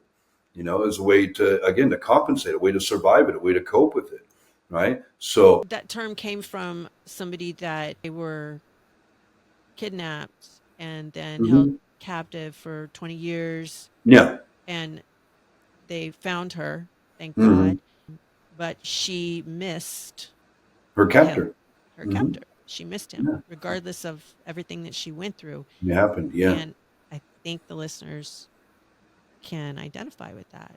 That's again the reference of Stockholm syndrome is again connected to, like I said, the pardon me, the trauma bond, and that's like also the mind fuckery. Like, I know this is Hmm. not healthy, right? But when I even think or consider, leaving, my brain will try to essentially manipulate my mind, maybe with thoughts like this. And here's a very, very common one with somebody in this dynamic. Oh man, but there's like those moments where they do that 180 and it's good. Oh, it's so good. It's so good. No, it's not so good. You just think it is because it's a miss 99 other percent of times where it's horrible and it's abusive. So you think it's better than it is. Right. Everything gets put on a pedestal. Best sex I've ever had. Guarantee you it's not, and it's not gonna be in your life when you look back. Guarantee it. Guarantee it. Okay. But when it's your only point of validation, your only access to healthy flow of oxytocin and dopamine and otherwise horrifically, cortisol based dumping from all the abuse, it becomes the best thing in the world. Absolutely. Or, oh man, like, what if, this is just something they're going through? And, what if I leave and then they find somebody else and that person gets the best of them? Oh, hell no, fuck that. I've stuck it out with this person. There's no way that's happening. No, I'm gonna stick it out because tomorrow's a new day, right? Tomorrow's a new day, and tomorrow's the day where they might really stay, in that good place with me, that little sprinkle of validation and affection that I get every once in a while. Well, you start thinking, if I don't do this, if I just do that, I Hmm. know they like this. I'll make sure this or that.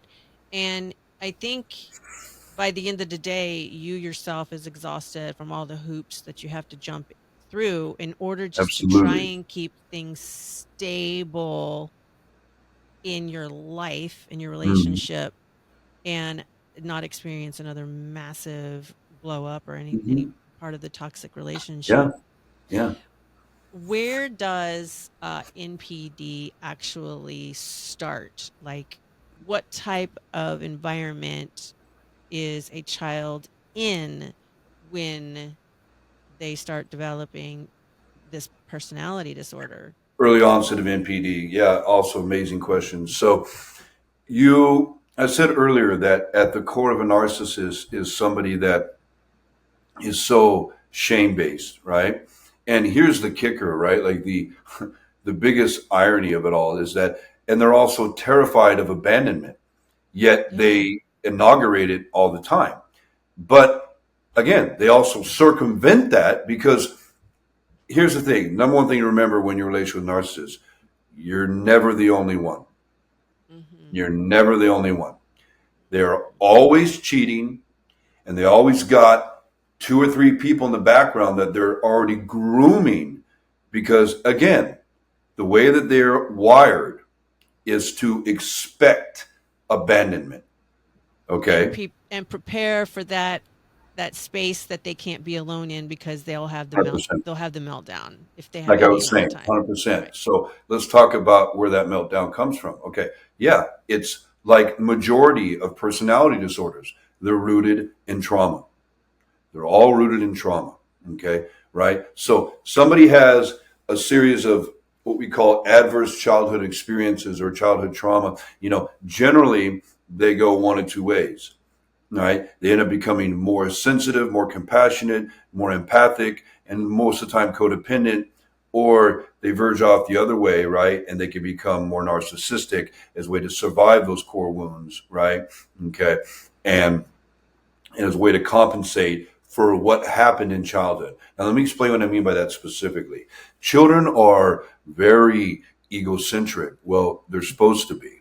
Okay. And during the most, you know, crucial years of human development, like birth, actually in utero, really, but birth to age about 8, 9, 10 years old, right? Okay.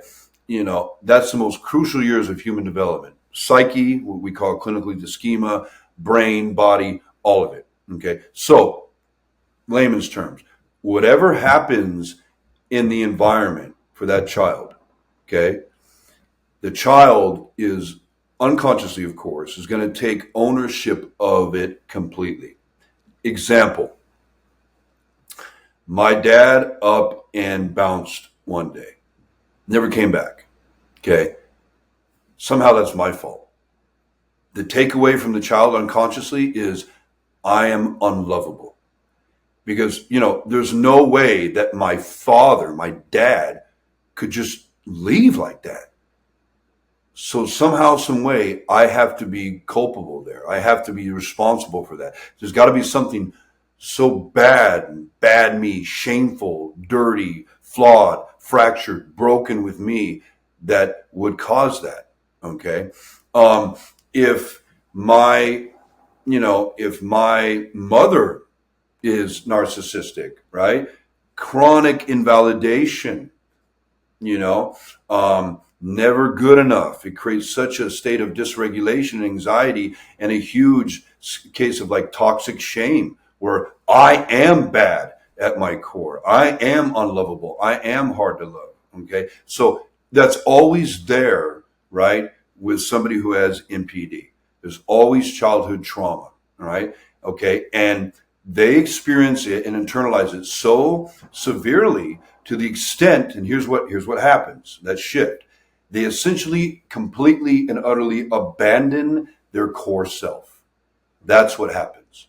And in abandoning their core self, obviously, well, something's got to give, right? I have to compensate for that somehow. So that's when, I learned to start to manipulate to get my needs met, the validation that fully, again, emerges into NPD as a personality disorder. I am presenting the avatar. The avatar compensates for this core self, right, that I abandoned as a child because it was made to feel so dirty, so bad, so unlovable, so shameful. That's what it's rooted in. That's what it's rooted in.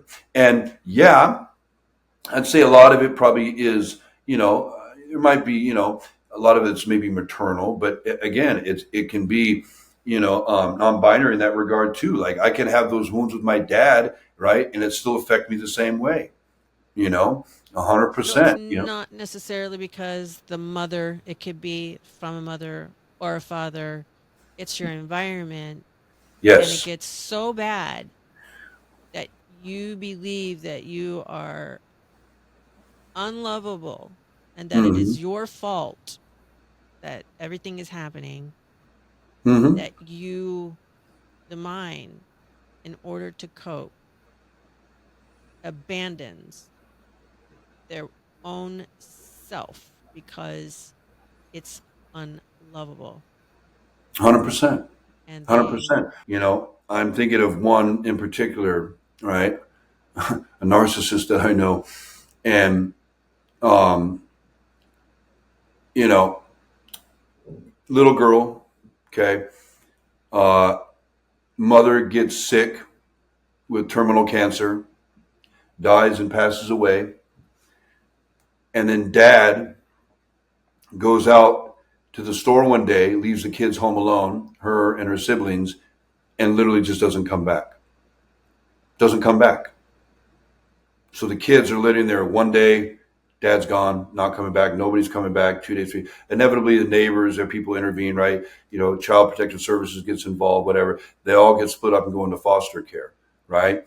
Okay. And then while in foster care, right, she's taken advantage of, she's assaulted, et cetera, et cetera. Okay, there it is. Now, see, that's the point where compassion, right, empathy, sympathy, right, but not for what they chose to do with it. Okay, but that kind of stuff is always there. So is there definitely that tragic component, right, to that aspect of the personality disorder with them? Yeah, absolutely. And again, I can have compassion, right, for the adverse childhood experience, but not what you choose to do with it. Not at the expense of other people. We don't get to go through life, right, leaving a trail of bruised and dead bodies behind us and say, well, I'm traumatized. We don't get to do that. At some point in time, right, you have to say, hey, what happened to me was not my fault, not my decision, right? Okay. And that's trauma at its core, right? Not what actually happened, but how it imprints on you. Okay. But I don't get to skate through life and saying that's an excuse for all my toxic behavior, even if you're not a narcissist, right? But you have childhood trauma, right? At some point in time, we have to take accountability. Now, the accountability shouldn't be done through a lens of shame, right? It's about healing and in-depth understanding that, hey, wounded people wound other people, and it doesn't mean you're a horrible person, right? I'm not talking about the narcissist right now, just somebody who's just maybe toxic in their relationships, right? Okay. But they're all traumatized, I see that it's so rampant these days, it doesn't really matter where you live, but especially out here, like in Southern California, it's so rampant, right? So many traumatized people, acting out of that trauma. I get it. I get it. Been there. I mean, we're all human, but we have to heal those things. So hurt people hurt people. Yeah. A narcissist knows that they're a narcissist.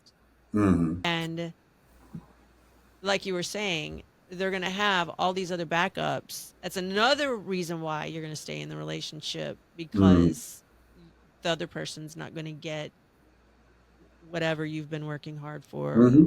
staying in the relationship for, whatever. Yeah. They almost let that be known to you as well, right? Like they Sure. want you to know, and that's the triangulation. When it comes to, like, let's say, like, the therapy aspect, right? Okay. If you have NPD, number one, it's not necessarily they're walking around going, yeah, I know I'm a narcissist. No, but it is, I know what I'm doing, I mean, in terms of my behavior. I know what it is. I'm It's very a clear about it. compliment to them that they're a Yeah, narcissist. essentially, you could look at it like that. Yeah, that's an interesting way to say it. And yeah, I would agree with that. Yeah, yeah. And, so, and again, they have no problem with it. They have no problem with it. So, therapy doesn't work on anybody unless you want to be invested into it, which means at some point in time, you have to be honest. You have to be, somewhat introspective, and, you have to be malleable to an extent. You got to be willing to look inward and go, okay, yeah, I did do that, or I am going through this, or yes, this happened. And they're never going to do that. There's never, ever going to be an authentic, genuine accountability. The Because only they apology, can't know what it feels like, right? They well, don't have the ability to feel what if you, they're doing, what yeah, they're putting you through. right. So I don't get it. So the apology thing, it just doesn't. I Right. can't equate it because Right. there's no empathy. But even more than that, right? It's like if I start to look inward and I look at my behavior and I start to take accountability and responsibility, what is that doing?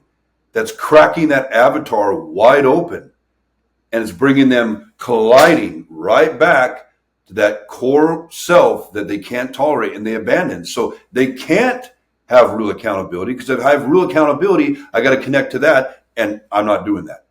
I gave that up in childhood, not doing that. That's how I'm surviving this shit. Okay. That's not going to happen. So, and that's why, whenever you hear a narcissist say, oh, I'm sorry, I'm sorry. Okay, well, an apology without change is nothing more than manipulation, and that's why it never fails. I'm sorry, I'll never do it again. 4 days later, they're doing it again, and it's the same thing over and over, right? Okay, Because of something you did, of course. right, of course, Right. projection, gaslighting, all of it. Mm. Yeah, there's no authenticity in the apology. So how would that work with therapy? Clearly, you can see it. It doesn't, right? Number one. Number two, that's why you never go to therapy with a narcissist, because unless the therapist really knows their shit, right? really does, and they're well tenured with this, right? Okay, the narcissist will work them like a spare rib too, have them all wrapped up, and that's the triangulation using a third party, right? Okay, to reinforce, okay, and validate, okay, their victimhood, and that the other person is in fault, is in fact in fault, right, for the dysfunction in the relationship, right, or for all the painful, hurtful emotions they're experiencing. It's not about my behavior; it's about what's wrong with them. They'll literally triangulate that with the therapist. Now, this poor empath and codependent who is literally going there for clarity and maybe help doesn't even know this is going on. Now they feel like they're being double teamed, right, and it just destroys that person even more so. Right? Okay. Same reason, right, where even their relationship to religion, right? It's all about the avatar. Okay. I go to church on Sundays, so everybody looks at me and goes, "Oh, look at this guy, right? He's a great member of the community, a great husband, boyfriend, father, da, da, church on Sunday, right? Behind closed doors, he's a fucking monster, right? He's not going to church for church. He's not going to church for Jesus, or whatever, like he's going as a means to an end to keep up that avatar for the validation, right? Which is also why I always, this is my own little quote. It's like only God can really heal them, but they're not going to come to God either, because to go to God and get healed, you got to be repentant, and they're never going to do that. They're never going to do that. Hence what you say about a life sentence. Yeah, there is no curing, healing, changing them. I mean, sure, maybe somebody somewhere can say they've done some kind of clinical work with somebody with viable MPD, and they've seen some modification of their behavior to some extent. Okay, maybe that exists on some plane, right? But in terms of them being able to participate in a healthy relationship where all this won't get recapitulated again, no, bullshit, no way. Right, because they're sitting there learning how they're supposed to react to something, and they're mimicking it back, even if their intentions are to change. They don't have the ability, the capacity to have empathy. So it literally means that I refer to them as robots. It literally That's means relevant. that that That's totally poignant. Yeah, so that means that they would be telling you what it is that you need to hear in order to feel better about whatever's going on. And they will be living like that in the relationship with you because they've learned what to say. They still, even if their intentions are to change, they still don't have the capacity to No, truly connect. So they will tell you what you need to hear, not even viciously, but because they are learning this is what I'm supposed to say at a time like this. 100%. But I think it's also important to be clear, right?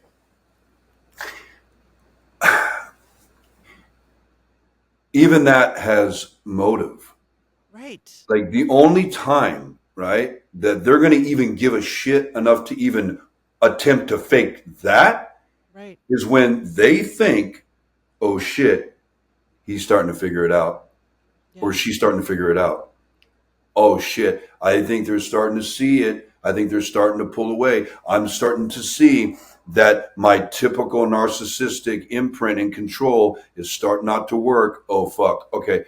Damage control. Oh, I'm sorry what I did the other day. That's the only time you're going to see that shit at all, truly. Otherwise, they don't give a shit because they don't have a capacity to give a shit. In fact, again, like I said, the more pain they inflict, the better, right? So, you're not, because look, I said earlier about decompensating with the narcissist, right? Them falling apart, right? There's something we call narcissistic injury, right? Yeah. If they are the ones that get rejected, right? They can't tolerate it. They have to be the ones to, love bomb, devalue, discard, right? They got to be the ones to do that. And if somebody, they maybe initially is maybe a little healthier than they thought, maybe, right? And the person kind of figures it out and has enough self-worth to just, oh, hell no, I'm done with this, right? They can't handle it.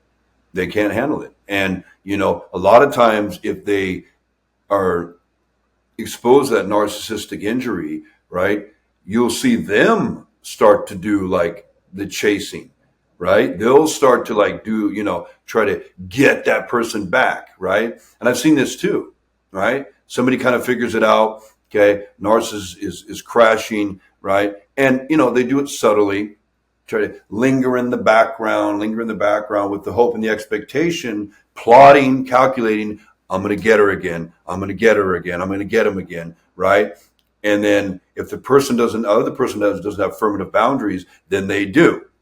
And the narcissist feels satiated, validated again, and the process will start all over again until where they can be the one to discard. So they'll literally go to all that effort, right? If they can, unless the person is just so like, no, fuck you, no contact, blocked, whatever. Okay.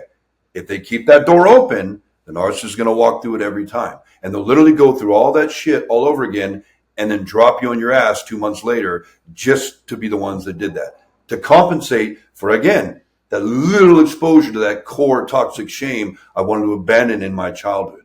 That's how maniacal this becomes. Yeah. They will go through all of that just to leave you. Or to string it out. Right. But also, when you go back, yeah, isn't it worse? Isn't it absolutely I was going to say that. Like they Very know good. you're going to take them back now, so now you're really in for it. You're really screwed now, because you know what? Here's the deal. Number one, if you take them back, here's how sadistic their thinking is. At their core, they hate themselves. So if you love me, you must really be fucked up.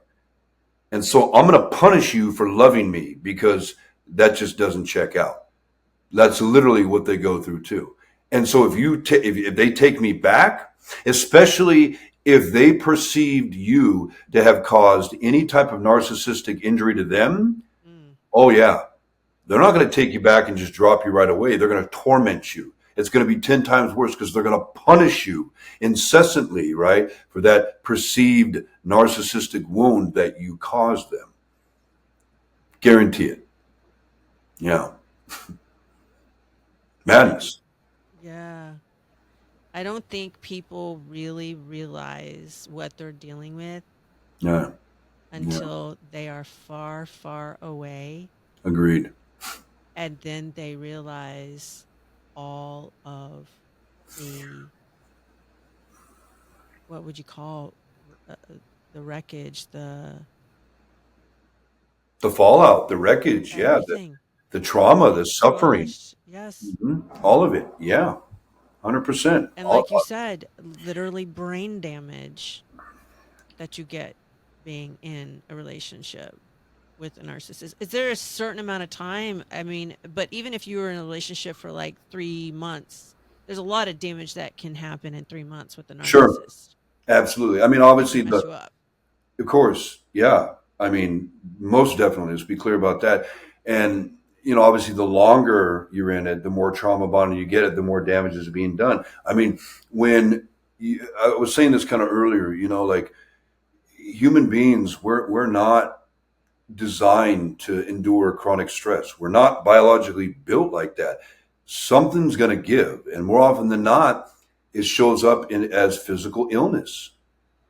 In other words, like you go through something like that for years and years and years, you have, all that cortisol, that's overactive and influxed in your body. Yeah, it can, and a lot of times what it can do, what you can see a lot with this, I mean, I can relate to this personally, and believe me, it starts to connect to, what we call epigenetics, meaning that I might have a higher likelihood for developing a specific disease. Okay. It's in my family genes. Okay. But again, most diseases are not inherently genetic. Okay. Very few are. Whereas, excuse me, you have the gene, you're getting the disease. Okay. A lot of them, again, you have what we call a predisposition, a higher likelihood, right? Okay, so essentially what it comes down to is like, all right, well, what causes those genes to express? What causes those genes to turn on and or off? Well, the environment. So you might have a genetic higher likelihood, let's say for like an autoimmune disease, right? Hypothetically, it's in your family. You've gone all these years of your life where it hasn't shown up for you. You go through a year long, year and a half, 2 year long, up and down nightmare with a narcissist, right? Where you're stressed and yelling and angry, and every day you're consumed by it. And it's affecting you, not just psychologically, but physically. And, let's say then you get out of it, and a year and a half later, boom, out of nowhere, you get sick. Even You get on sick. your good days Hmm. with a narcissist, your Hmm. body still doesn't, that's the eggshells. But even Right. when you yourself Right. think that you're having a good day, or that you will never feel safe, the it's almost like the flight or fight that you're Yeah. living. Any minute that can break out, Hmm. that you're running and running and running. That's literally what's like if a bear was attacking you, Yeah. what your body is going through, and the Hmm. chemicals that while you're in a relationship. And if that's happening every other day over any amount of time, is going to make your body sick. You're going to be dealing with health issues, Absolutely. mental Absolutely. issues. For sure. And it's like, and that's why the only way to begin to even heal is you have to completely remove yourself. And I know it's hard when you're trauma bonded. It's like the part of your brain that's more overactive is not your mind. It's in the limbic region of the brain. It's the unconscious brain, and it's it's doing more of the heavy lifting, so to speak, for in layman's terms, right? So you need lots of support, right? And obviously therapy. Do not try to do it alone. You need lots of support, family, friends. Definitely, I always recommend, God and therapy. But you need to have zero contact with this individual. If you keep anything open, right, they'll exploit it. They'll exploit it. And I know it seems so irrational when you look back, like, why was I fighting to stay with this person, right? Yeah, you're trauma bonded. You got to give yourself some grace. That's why I said you need prayer, you need support, you need therapy, right? You need somebody to be right at your side. Be like, no, no, no, no. You're not going to go back to them today to support you through it. There's that urge, there's that draw back to that familiar, because your chemistry has now been wired around that. It's So it like feels being addicted to drugs. it's exactly like that. As crazy as that sounds, but it's absolutely accurate on a neurophysiological level, right? Hmm. Okay, not even speaking to psychologically, just that alone. Okay, so yeah, you got to have zero contact, and you're going to go through what feels like withdrawal, and then but as that starts to calm down and you're not engaging your nervous system and your brain in that dynamic or that relationship anymore, you're not going from dopamine to cortisol, things start to settle down, right? Time does heal wounds, especially if you're doing the therapy and you keep those boundaries and separation. Yeah, you can absolutely heal from it, right? But you got to give yourself lots of grace and time. But other than that, right, it doesn't work. It doesn't work. You also, Mhm. uh, they need to not be energetically connected to them. Like they have to cut everything. Doesn't mean Excellent. don't answer the phone and Hmm. uh, not talk, whatever. It Yeah. means do not check their social media. Yes. Do Very good. not revisit old text messages in your Oh God, phone. yes. Don't Yeah. don't go to places. Literally, if there was a place that you take a different route home. Like you need to rewire yourself and be in 100%. control of yourself and Absolutely. discipline yourself, be accountable for your healing. Yeah. This is the work that a narcissist doesn't even have the opportunity to do. Like No. they don't No. have the opportunity to heal That's themselves. You're right. And I'm so glad you brought that up. Yeah, like, checking social media. Even if you have old photos, Mhm. videos, photos, whatever, they all gotta go. They all gotta go. And that's why you need support doing it. I mean, I remember being in that state, trauma bonded, and knowing I need to do that, and it felt like the hardest thing in the world is to delete some of these videos, or these photos, or what, it's like, and it's not even about the person. And again, it creates that dissonance. I said it confuses the Mhm. mind, right? And once you get out of it, you're like, whoa, it's so crazy to look back and be like, sex was never that good.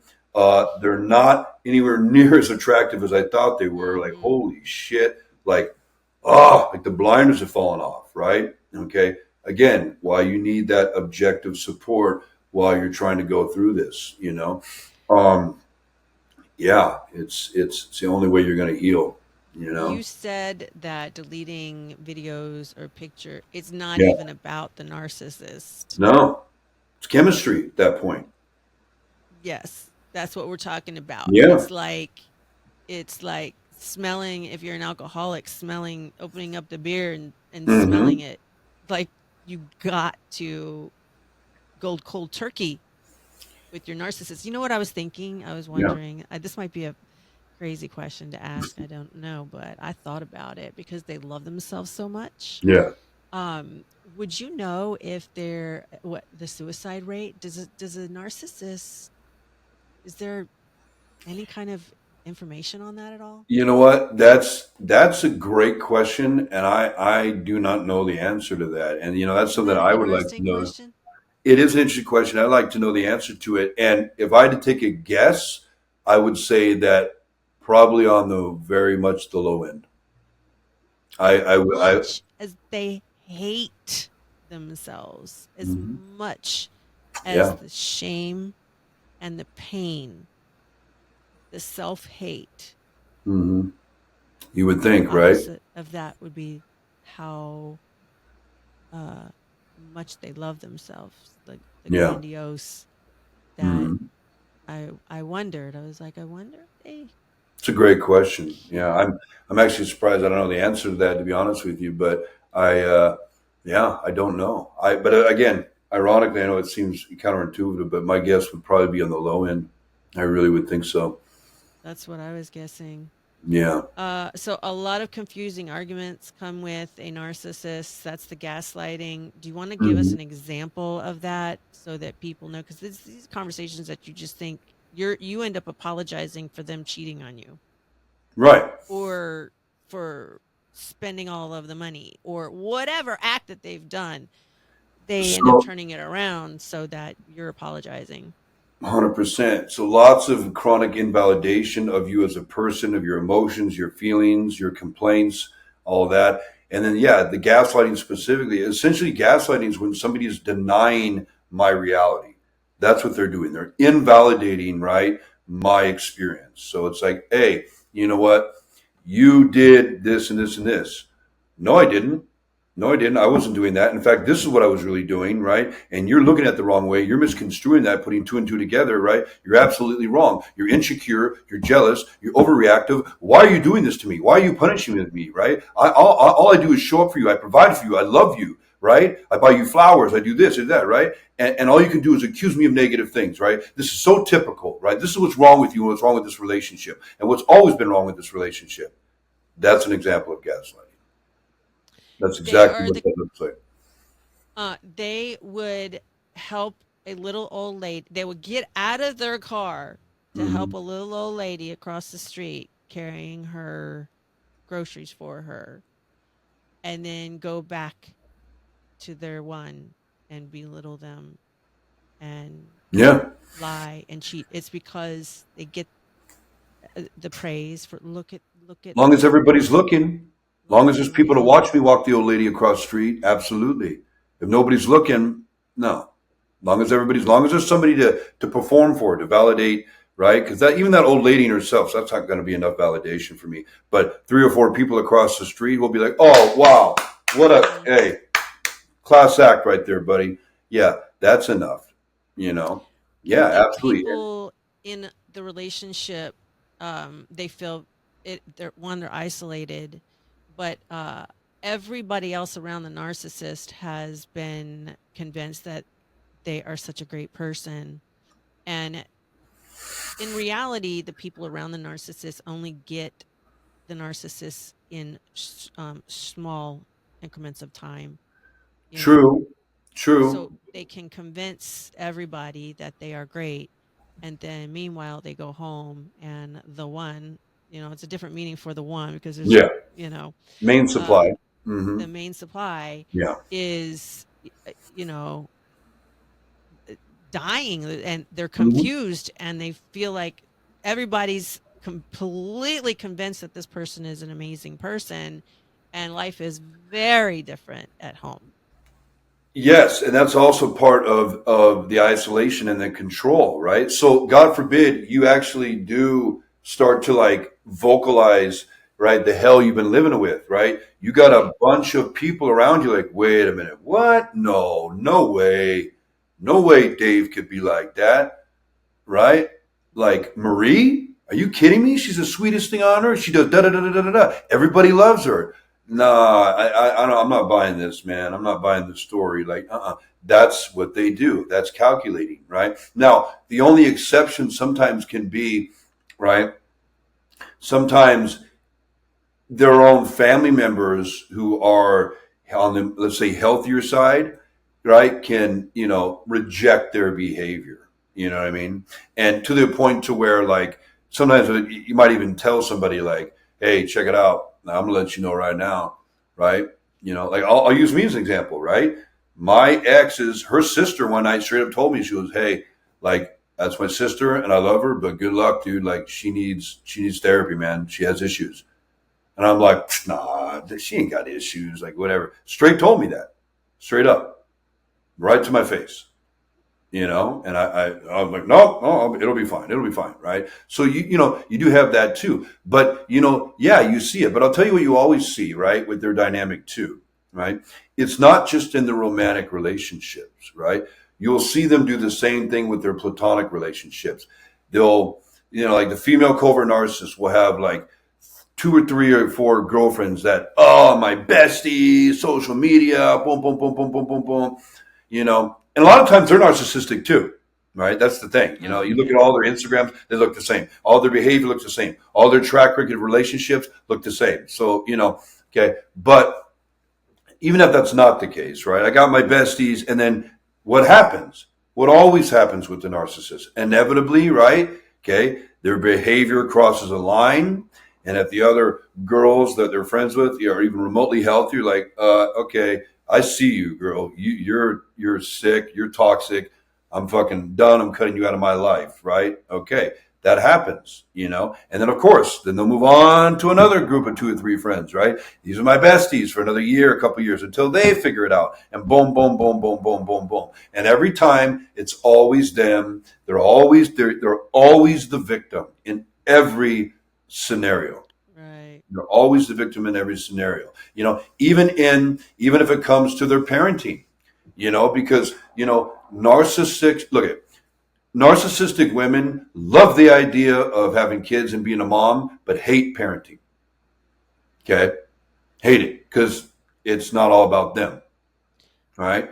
Now I gotta attend to this kid, and this kid has needs, and no, no, no, no. But I need my supply. I need my stuff. Not to mention, any narcissistic parent always sees their child as nothing more than an extension of them. So there's no like autonomy being encouraged. The the authenticity of the child is being destroyed. It's being damaged, right? But as children, we need attachment to survive. We're hardwired for it. So inevitably, the message the child gets is that, to survive, I have to choose attachment over authenticity. So mom is always invalidating my core self. So core self is bad. So in order to get love, validation, safety, I got to be something else other than what I really am. And then you fast forward to the clock, that person's horrifically codependent, chronically saying sorry, people pleasing, right? Mm-hmm. Always struggling with depression, anxiety disorders, right? One failed toxic relationship after the next, all rooted, right, in that. This chronic sense of, unrelenting toxic shame that was imposed and put there by mom, you Because know. they couldn't be their own self, their unique who they are. Mm-mm, They that's denied. have to, they're an extension of the parent. Hmm. So they have to make the parent look good.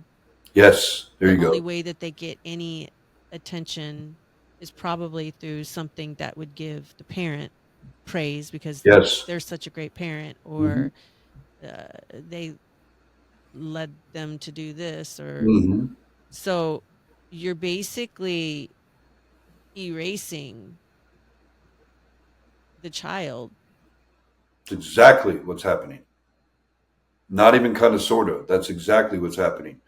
Yeah, and not just for the child to keep up for appearances for outside validation, but if the child's extension, I mean, so yes and no, but I'm saying like, not just for just even behavior, like no autonomy, meaning like, you know, um, I need to be looked at as this way.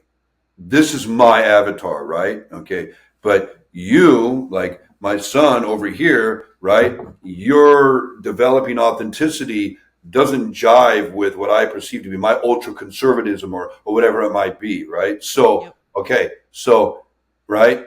If you don't fall in line with that, I'm going to withhold affection, withhold Right. love, withhold validation, or you're going to get punished. I'm going to punish you for not falling in line, right, with my need to sustain my avatar, right? Yeah, that's all what a child goes through at the hands of a narcissistic parent. Do they also, what is that called when they stop talking to you or giving affection? Why can't I think of the word? Um, Withholding? maybe it is withholding, but where, yeah, I guess they withhold everything. Yeah. The child goes through that if they don't fall in alignment with what the parent deems is good enough, or Hmm. that is so sad. Yeah, it's horrific to go through. A child will grow up, and until they get some kind of awareness or intervention, the same thing happens within the relationship. They're always trying to please mom or dad. They're still trying to get the blood out of the turnip, and every time they go back to try to get it, they're just getting re-traumatized over and over again. And you see this so often too with people that struggle with addiction, not just dysfunctional relationships, but it's always there. Where you see addiction, you always see dysfunctional relationships because it's all rooted in the same thing. That's why they're Hmm. always synonymous with each other, always. But yeah, I mean, down to even like eating disorders, body dysmorphia, all these things. Yeah, because of the chronic invalidation of my mother or father, right? You're too fat, you're too skinny, you're too that, you're too that, right? There's no place for safety. They're always moving the goalposts too. Even if like you Hmm. did something in alignment with what they did, oh, that's good, but it could have been a little bit better, right? Like you can't win. But what would you leave the listeners with, whether it's about parents or relationships, narcissists, children, anything? Like, what would you leave the It, listeners with? Yeah. Most importantly, awareness. So if any part of what we've talked about tonight, like, you resonates with you, you've been through it, but you haven't really healed enough, get that healing, and assuming that you're in it right now, just understand that education is your most valuable asset, right, to getting out of it and healing it. education and support, and lots of counseling and therapy, is never personal. Now, I know it feels personal as shit, but it's not. It's not about you, right? Nor is it about the next 10 people they're going to rehearse it with. It's not about you. It's not personal. It's in no way, shape, or form a reflection of who you are or your lack of worth or value, right? It's got nothing to do with that. These are disordered people, okay? And they're going to do what they do pathologically, right? There's nothing uniquely specific about you, right, that makes you somehow deserving or warranted, right, of that kind of treatment or behavior, okay? And if you have any confusion about that, or you're like, okay, I hear you, but I feel, like I do deserve to be treated badly. Understand that didn't just start with a narcissist. That's rooted in your own childhood experiences, right? And this narcissistic relationship you're in, is a huge point of awareness. It can be for you, right? That you have some early life core traumas and wounds that not only need to be healed, the better way to say it is deserve to be healed. They deserve to be healed, right? Because I tell you where you really start to take your power back, right? As awful as they are, when you stop saying, they did that and they did that in a very non-shameful way, I start looking at myself and go, okay, but what is going on in me that I allowed it? What's missing in me that I was attracted to it? What's going on with me that I justified it? See, that's when I take my power back, because that's when I stopped being a victim, right? Even though I was a victim of the situation, but that's how I stopped staying, right, in that state. That's really where you take your power back, right? Because that's how you can turn pain into purpose, right? That's where you can do that. That's like my whole mantra. That's like my Instagram page. That's my whole thing, like pain into purpose, right? I want to dedicate this episode to all of the children out there that have narcissistic parents. And yeah, that's great. I just, my heart Same. breaks. I know. I mean, That's me, your lighthearted host and expressionist. And this is my podcast, Love and Lies.